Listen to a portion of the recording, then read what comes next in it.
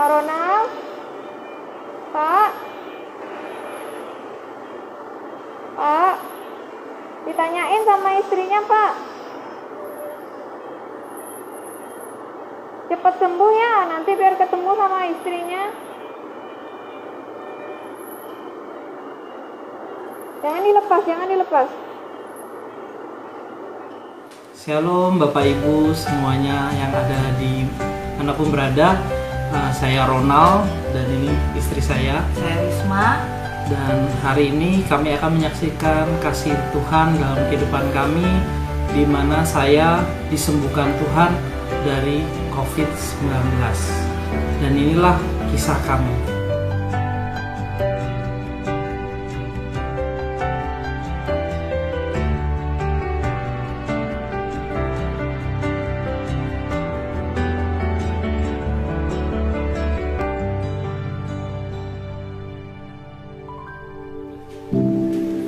Baik, hari ini kami akan menceritakan dan lebih tepatnya lebih lengkapnya bersama istri saya yang awalnya.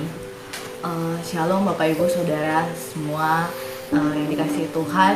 Kami tahu dalam situasi pandemi ini nggak mudah, tapi kami percaya bahwa ada perlindungan Tuhan di dalam situasi pandemi ini. Dan kami itu sekitar bulan September pertengahan, suami saya sakit demam di hari pertama, kedua, bahkan di hari ketiga. Dia merasakan demam, batuk, dan bahkan dia merasakan awal pertamanya adalah gejala tipes, merasa demam naik turun seperti tipes. Terus terakhir dia batuk, dan itu saya sudah worry, aduh Tuhan gimana nih ya, kondisi dia kok semakin hari semakin buruk. Dan saya sempat merawat dia, sempat memberikan obat yang juga saya minta juga dari dokter untuk dia bisa dikonsumsi di rumah.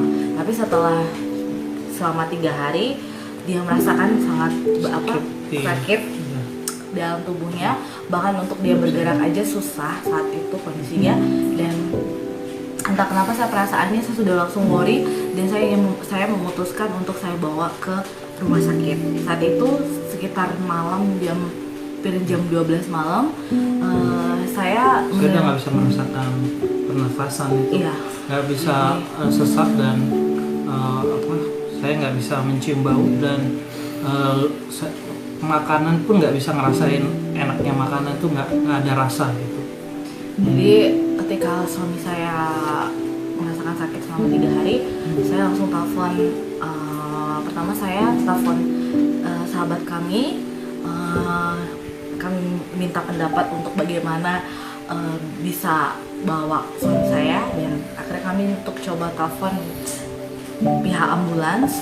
Nah, ketika kami telepon pihak ambulans, begitu banyak mungkin pasien yang begitu banyak pasien yang dijemput ambulan, jadi agak susah saat itu kondisi untuk kami dapat ambulan. Dan suatu ketika kami memutuskan untuk bawa suami kami dengan kendaraan. Akhirnya teman-teman kami datang sekitar 6 pasangan untuk datang ke rumah, dan bahkan suami saya nggak bisa berdiri saat itu.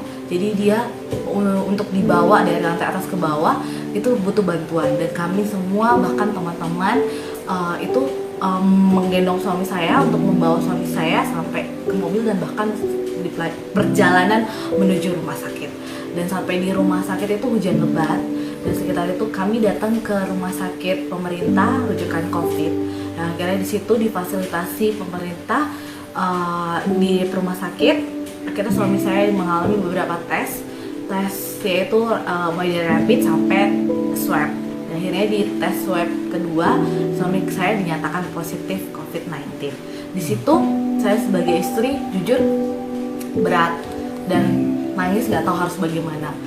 Bukan karena soal suami saya selain sakit COVID-19, suami saya ngalamin kondisi yang sangat kritis. Karena saat itu saturasi oksigen dia 30%. Bapak Ibu Saudara, bahwa normalnya manusia itu saturasinya adalah 95%.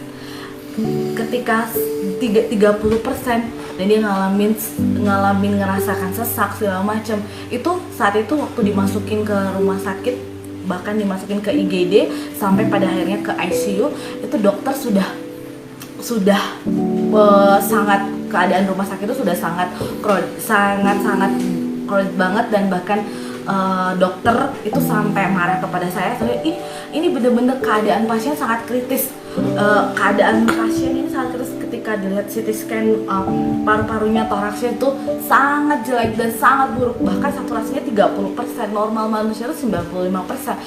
30% ini tuh sangat bahaya dan harus dilakukan tindakan dengan ventilator. Saya saat itu di malam hari itu, waktu menuju pagi itu saya juga nggak tahu harus bagaimana. Saya hanya bisa duduk dan saya hanya bisa berdoa sama Tuhan. Saya nggak tahu harus bagaimana karena kondisi suami saya bukan semakin baik tapi semakin buruk. Akhirnya dokter mengajak saya bicara dan melakukan untuk dia pakai ventilator. Selain ventilator dia harus dipakai beberapa alat medis. Saya juga nggak mendengar karena kondisi pasien dia harus diobservasi. Jadi ketika dimasukin ICU itu hati saya bergejolak, Tuhan, saya nggak tahu harus bagaimana lagi. Saya hanya minta Tuhan sembuhkan suami saya. Dan ketika suami saya sudah ngalamin sampai 12 jam dan habis itu dipindahkan ke ruang ICU isolasi COVID. Nah, ketika suami saya dipindahin ke situ, dia sudah mengalami antara sadar dan tidak sadar. Jadi dia mengalami yang namanya hipoxia, yaitu kadar oksigen di dalam darah yang berkurang, saturasi jadi saturasi 30%. Harusnya normalnya manusia ketika bisa bernapas dengan baik itu 95%. Jadi kalau di bawah 50% saja sebenarnya seluruh organ tubuh itu tidak bekerja dengan baik. Bahkan baik itu ginjal, baik itu semua itu tidak akan bekerja dengan baik. Bahkan ini 30% itu ajaibnya jantungnya dia masih bisa berdenyut gitu. Dan di situ ketika waktu dilakukan di ruang ICU, suami saya semakin hari bukan semakin baik tapi semakin kritis. Kondisi semakin yang hanya minta belas kasihan Tuhan. Saat itu saya hanya ketika dokter ngomong dan saya bilang, Tuhan, ini gimana? Suami saya sakit COVID, bagaimana ini gitu. Bapak ibu saudara tahu bahwa COVID itu juga pasti akan menyebar, bahkan saya ngelawat dia gitu. Tapi saya percaya bahwa saya pasti sehat gitu, karena saya tahu suami saya lagi berjuang antara hidup dan mati. Dan saya ketika semakin hari semakin kritis dan akhirnya saat dipasang ventilator keadaannya sangat buruk dan dia kondisinya antara sadar dan tidak sadar, sudah tidak bisa lagi untuk bisa berkomunikasi dengan baik. Saat itu saya hanya bisa berdoa sama Tuhan, dan setiap hari saya datang ke rumah sakit. Tetapi hati saya sebagai seorang istri, saya hanya bisa minta, Tuhan, suami saya lagi berjuang antara hidup dan mati. Bagi saya hanya bisa berdoa di situ. Dan saya datang ke rumah sakit dan saya tanya kepada suster, Tuhan, di mana ya sus? Loh, suami saya dirawat. Kamar sebelah mana? Karena begitu banyak tembok-tembok yang dilapisi gitu. Tapi di situ saya hanya bisa duduk dan saya hanya bisa duduk berlutut. Saya minta belas kasihan Tuhan, saya minta belas kasihan-Mu di tempat ini, bukan karena suami saya, tapi saya minta buat setiap orang yang berjuang di rumah sakit ini, Tuhan. Akhirnya saya percaya one day suami saya pasti sembuh Tuhan, pasti sembuh. Kami tahu COVID ini nggak ada obatnya, nggak ada vaksinnya, tapi saya percaya ada kuasa Tuhan di situ. Bahkan setiap kali saya datang, saya tanya suster dan suster bilang, belum ada kemajuan dan perlu dilakukan tindakan plasma darah. Bapak ibu saudara, itu orang yang sudah ex-COVID, embrionya diambil dan untuk dimasukkan dan transfusikan ke suami saya untuk menaikkan antibodinya. Jadi karena tidak ada obatnya, jadi hanya dilakukan seperti itu untuk membantu, dan itu juga belum tentu Bapak Ibu Saudara sampai dia bisa menaikkan saturasi oksigennya dia gitu.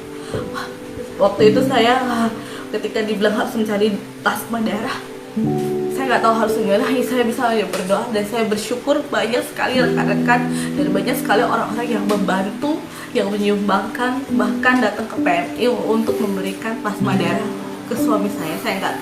Saya hanya bisa berterima kasih sama Tuhan. Dan setelah dilakukan plasma darah, menunggu saturasinya dia naik, saya hanya bisa berdoa. Saya hanya bilang, Tuhan, saya minta belas kasihan-Mu, saya minta Tuhan kesembuhan-Mu. Aku percaya suamiku akan menang atas maut, dan aku percaya Tuhan akan menyembuhkan dia gitu. Terima kasih buat setiap perawat dan dokter yang udah merawat suami saya. Ketika itu perawat WA saya, Bu, Bapak mau bicara. Terus itu saya kaget, dan suami saya bisa ciuman, bisa ngobrol walaupun keadaan dia masih pakai ventilator, dan walaupun keadaan masih dalam keadaan yang saturasi masih belum naik yang masih belum naik yang maksimal gitu. Tapi saya melihat di situ kuasa Tuhan dinyatakan. Saya melihat bagaimana Tuhan menolong suami saya gitu. Bahkan di tengah-tengah situasi pandemi ini, COVID yang dia ngalamin kritis, saya tahu itu Tuhan lagi bersama dia gitu. Dan saat itu Bapak Ibu Saudara, saya nggak tahu, saya hanya bisa menjerit di rumah sakit, saya hanya bisa nangis dan berdoa. Saya begitu berterima kasih banyak sekali hamba-hamba Tuhan, semua orang, bahkan Bapak Ibu Gembala, semua hamba-hamba Tuhan yang dapat kabar suami saya sakit. Teman-teman itu banyak sekali mendoakan kami, tiap hari berdoa untuk kami.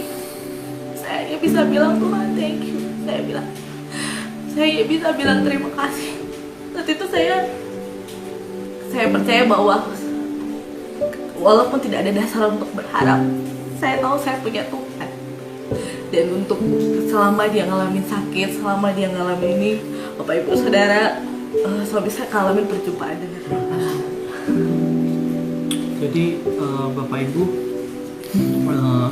saya menyaksikan kasih kebaikan Tuhan buat Bapak Ibu.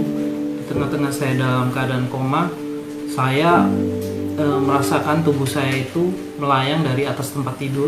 Ketika itu saya sudah berada di ruangan yang saya nggak tahu itu di ruangan ICU atau di ruangan IGD-nya, tetapi mata saya sudah terbuka dan saya melihat tubuh saya sudah terbang dari tempat tidur itu, dan saya melihat plafon ruangan itu terang, dan tiba-tiba tubuh saya naik ke atas, dan saya melihat saya melayang dan naik ke atas dan masuk dalam terangnya plafon itu. Lalu Bapak Ibu, saya tiba-tiba setelah saya masuk dari tempat itu, lalu saya tiba-tiba berada di sebuah taman yang indah sekali. Tamannya dengan ada depan itu saya kayak berada di agak dataran tinggi ya. Terus saya melihat pepohonan yang hijau yang aneh dan unik ya. Saya nggak pernah melihatnya di bumi. Dan itu ada danau kecil. Terus saya lihat ada aliran air dari langit, ada warna kebiruan, ada warna keunguan seperti aurora ya. Terus saya melihat galaksi yang terang sekali di atas langit itu, dan saya melihat taman yang begitu indah di kiri kanan, dan saya melihat ada pohon di sebelah saya, saya lihat buahnya warna kuning kemerah-merahan, dan pohonnya saya juga nggak tahu nama pohon itu apa, tapi beda sekali dengan yang saya lihat. Saya belum pernah melihatnya. Lalu di kiri belakang saya ada, dan dalam waktu saya sedang tertegun dengan indahnya taman itu, saya bisa merasakan sejuknya taman itu, kulit saya bisa merasakan segarnya taman itu, dan saya bisa merasakan kaki saya itu, saya telanjang kaki ya, di situ saya bisa merasakan rumput hijau itu seperti karpet, halus dan lembut gitu ya, dan saya rasakan saya pakai pakaian yang terang silau ya, putih terang begitu ya di tubuh saya, dan saya melihat saya sudah berada di suasana yang begitu luar biasa buat pribadi saya gitu. Saya mendengar ada yang memanggil nama saya, Ronald, anakku gitu. Jadi aku lihat, siapa yang manggil saya ya? Terus dari balik pohon sebelah kanan saya melihat langsung ada pribadi yang lari, badannya besar, saya cuma setengah badannya dia lari, dia mukanya terang sekali, dan matanya itu saya lihat kayak petir, terus silau terang. Dia pakai baju putih, dan terus dia pakai selendang warna merah ya, ke ininya, ke yang melilit gitu ya. Terus saya lihat dia berlari mengejar saya. Dia berlari mengejar saya. Saya lihat gini, tapi saya nggak takut. Saya merasa damai. Saya merasa tenang. Semakin dia dekat, saya merasa tenang. Saya kayak merasa, wah, ini sesuatu yang berbeda. Seperti saya kenal pribadi ini. Ketika dia datang, dia berlutut, karena dia besar ya. Dia berlutut dengan lutut satu ke sebelah kanan, terus dia peluk saya begini. Kepala saya sudah di sini. Lalu saya ngerasain pas saya dipeluk, aduh, ada energi yang masuk dalam tubuh saya. Tiba-tiba tubuh saya itu bergetar ya, gemeteran. Aduh, tiba-tiba saya menangis. Saya kok ngerasain sesuatu yang luar biasa, sukacita. Hati saya penuh dan damai sekali yang nggak pernah saya rasakan sebelumnya. Ketika saya dipeluk itu, saya merasakan kedahsyatan yang luar biasa dalam hidup saya. Di situ saya tahu saya dipeluk Tuhan saat itu. Jadi Bapak Ibu, ketika saya dipeluk sama Tuhan, tiba-tiba saya melihat sebuah penglihatan. Saya melihat seperti saya berada di suasana itu, dan saya melihat di depan saya ada saya sendiri. Saya waktu masih lahir, saya masih baby, saya sampai kecil TK, SD, SMP, bahkan sampai kuliah, sampai menikah dengan istri saya. Bahkan sampai saya di ruangan ICU, saya melihat diri saya, ada Tuhan di samping saya. Saya melihat Tuhan lagi pegang dada saya waktu pas di ruangan ICU itu. Dia pegang dada saya seperti ini, dan dia di samping saya. Nah, saya melihat dari waktu saya masih kecil, ketika saya latihan naik sepeda, saya nggak tahu ternyata saya diselamatkan Tuhan saat itu. Karena ada batu kerikil, karena jalan rumah saya itu masih berbatu-batu. Tapi ada beberapa batu yang Tuhan tiup. Waktu itu ketika saya belajar, dia tiup sehingga batu-batu itu minggir tanpa saya tahu. Ternyata saya diselamatkan Tuhan. Kalau tidak, saya mungkin jatuh dan saya kena batu besar di sawah, di samping sawah saat itu, dan mengantuk kepada kepala saya. Dan saya mungkin saat itu bisa gegar otak ataupun saya bisa meninggal di tempat. Tapi di situ saya lihat Tuhan tolong saya. Mulai SD, terus saya pernah diusir sama bapak saya waktu pas malam jam 2 pagi. Saya lari, saya bingung, terus saya bingung cari di mana, karena jam 2 pagi itu saya nggak berani masuk ke rumah orang kan gitu. Jadi saya jalan kaki dan saya menemukan kuburan. Di samping kuburan ada sanggah gitu ya, sanggahnya orang Bali. Saya tidur di situ karena hangat. Saya tidur di situ dengan pakai sendal saya sebagai bantal tidur saya. Dan pada waktu itu dari tembok kuburan itu ada ular. Saya lihat ada ular itu masuk kuburan itu, masuk ke sanggah itu dan mau menggigit saya. Dan dia 2 meter, warnanya hijau gelap, lalu ada kuning di tubuhnya itu, dan matanya merah. Waktu dia lagi mendekati saya begini, lalu Tuhan hadir. Tuhan hardik dia, pergi. Lalu dia pergi, ular itu pergi. Dan saya lihat, Tuhan tolong saya. Waktu saya masih kecil, saya nggak tahu kalau saya diselamatkan Tuhan malam itu. Pada waktu saya udah mulai dewasa, saya banyak melakukan kesalahan dalam hidup saya. Dan ketika saya melakukan kesalahan itu, dosa-dosa itu, saya melihat diri saya melakukan, dan saya lagi senang-senangnya, Tuhan di samping saya lagi nangis. Jangan anakku, kata Tuhan di situ di samping dia nangis. Jangan anakku, jangan, dia sedih, dia nangis. Dan waktu aku melihat aku melakukan itu, Tuhan ampuni aku, Tuhan.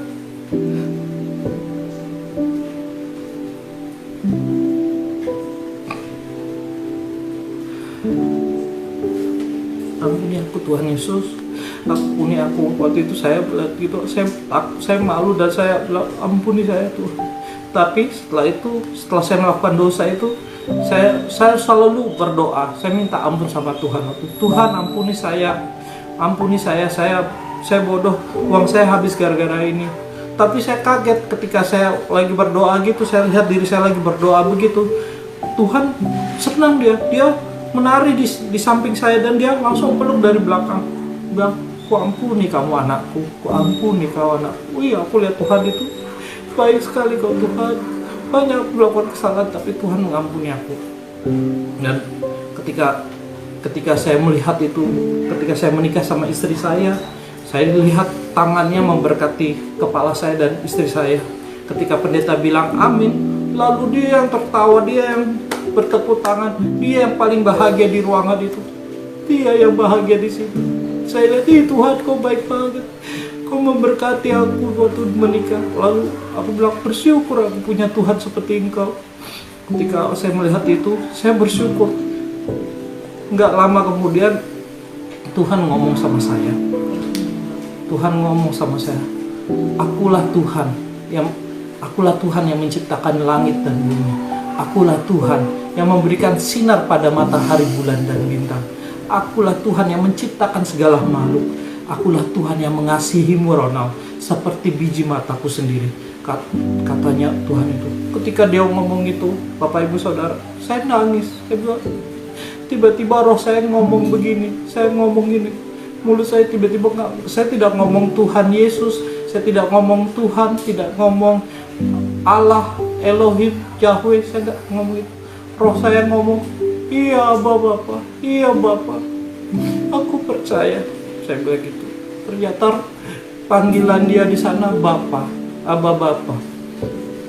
Ronald, kesempatan adalah hak istimewaku. Dan hidup dan mati manusia ada di tanganku. Aku banyak memberikan kesempatan untuk orang hidup, untuk mengenal siapa aku. Aku yang disebut orang Yesus Kristus.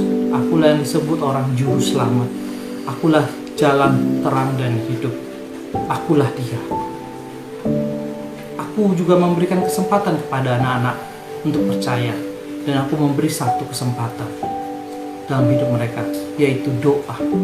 Karena disitulah aku mendengar dan menjawab, kata Bapak di situ. Lalu aku, oh iya Bapak, terima kasih Bapak. Saya bilang begitu. Nah Ronald, kamu jangan sombong. Ketika kamu sombong dalam hidup kamu gak akan bisa mendengar suaraku. Ketika kamu rendah hati dalam firman-Ku, kamu sebesar apapun dentuman ledakan masalah dalam hidup kamu akan mengerti rencanaku, kamu akan mengerti jalan-jalanku, kata Bapak begitu. Langsung ketika Bapak ngomong itu, aku langsung itu, makasih Bapak, kau mengasihi aku Bapak. Terima kasih Bapak, saya bilang begitu.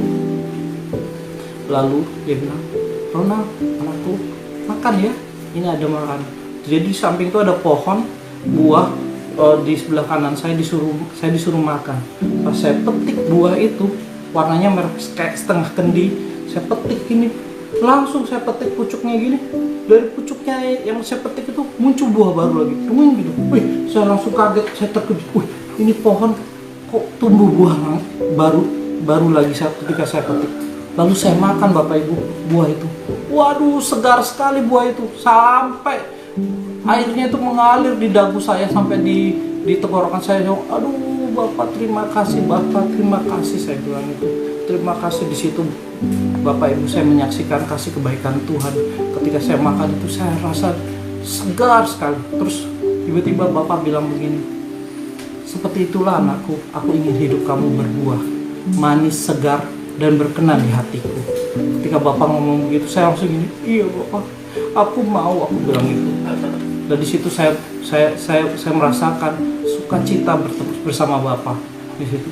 Lalu Bapak bilang begini, anakku, aku minta tolong ya sama kamu. Dia bilang minta tolong. Aku ingin kamu menjadi saksiku, karena ini tempat hanya persinggahan buat kamu. Kamu kembali ya. Ketika Bapak bilang begitu, aku langsung ini, Bapak, aku nggak mau balik Pak.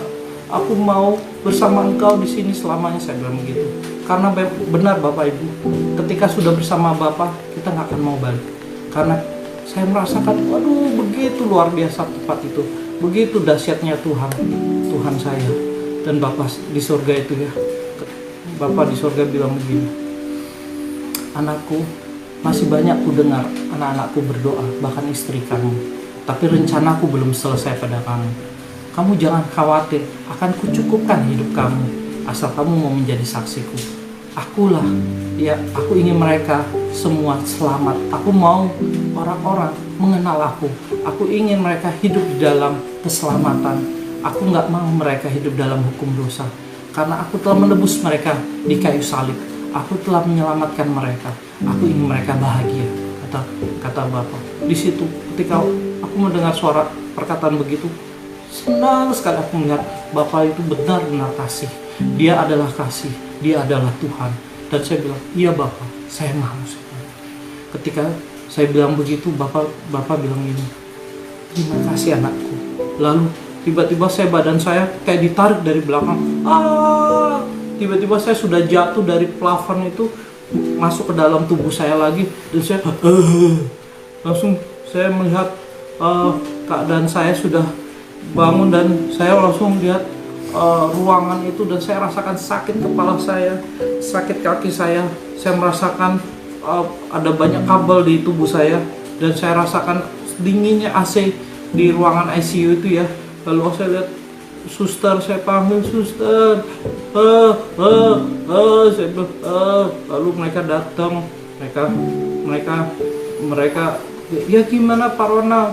Saya bilang, Tuhan Yesus, saya bilang itu.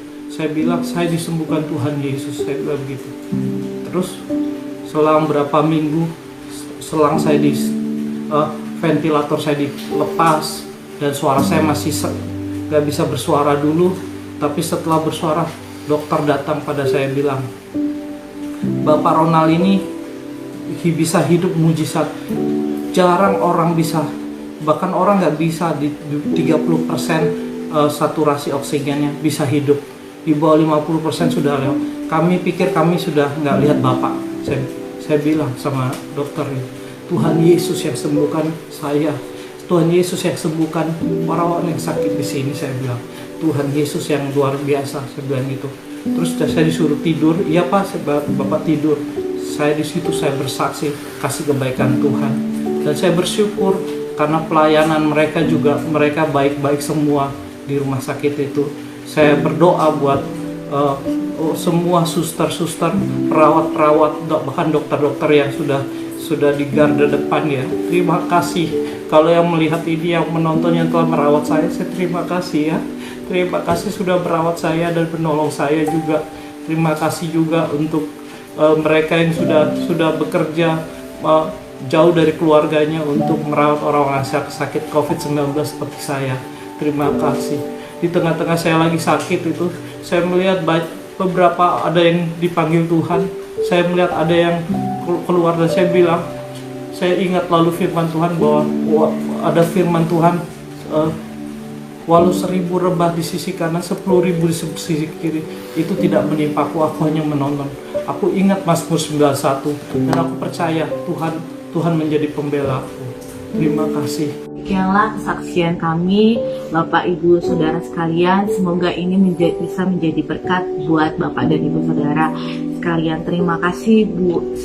Kami berdua ucapkan buat setiap orang yang sudah berdoa buat kami, yang sudah mendukung kami dan support kami. Kami mengucapkan banyak terima kasih, dan juga buat seluruh tim medis yang sudah merawat suami saya dan juga membantu kami, dan bahkan kami mengucapkan terima kasih. Kami berdoa biar setiap orang yang saat ini mengalami sakit, Tuhan, biarlah Tuhan yang menjamah, Tuhan yang menyembuhkan. Terima kasih buat semuanya, biarlah ini kesaksian ini boleh jadi berkat buat setiap orang ya, biarlah nama Tuhan dipermuliakan ya. Dan juga dari saya pribadi, bahwa apapun masalah keadaan kita hari-hari ini, di tengah-tengah pandemi, di tengah-tengah COVID-19, banyak orang berkata, di mana Tuhan? Tetapi Tuhan ada di samping kita. Dia yang dikatakan Immanuel, dia ada bersama kita. Kita kadang meremehkan doa, tetapi ketika kita berdoa, dia menjawab. Di situ saya mengerti bahwa doa orang yang benar besar kuasanya. Bapak Ibu, apapun masalah kita hari-hari ini, tetaplah berdoa, tetaplah berharap kepada satu nama yang dahsyat, namanya Tuhan Yesus Kristus. Dia menjadi Tuhan dan Juru Selamat atas hidup kita. Dia yang telah mati di kayu salib untuk menebus dosa-dosa kita. Dia juga Tuhan yang sama, yang memberikan keajaiban dalam hidup kita hari-hari ini. Dan saya keluarga dicukupkan oleh Tuhan hari-hari ini, oleh karena kasih kebaikan Dia. Kami bersaksi karena Dia sungguh baik. Bapak Ibu, saya berharap Bapak Ibu juga percaya, dan saya berharap Tuhan menyentuh hati Bapak Ibu dimanapun Bapak Ibu berada hari ini. Tuhan tidak pernah jauh. Dan percayalah, hidup itu adalah kesempatan. Hidup itu haruslah bahagia, karena Tuhan ingin kita bahagia. Sayangku. Aduh, puji Tuhan udah keluar. Katakan haleluya. Haleluya. Tuhan Yesus baik. Tuhan Yesus baik. Hei, semangat sayang. Puji Tuhan. Aku sembuh. Aku sembuh. Aku disembuhkan.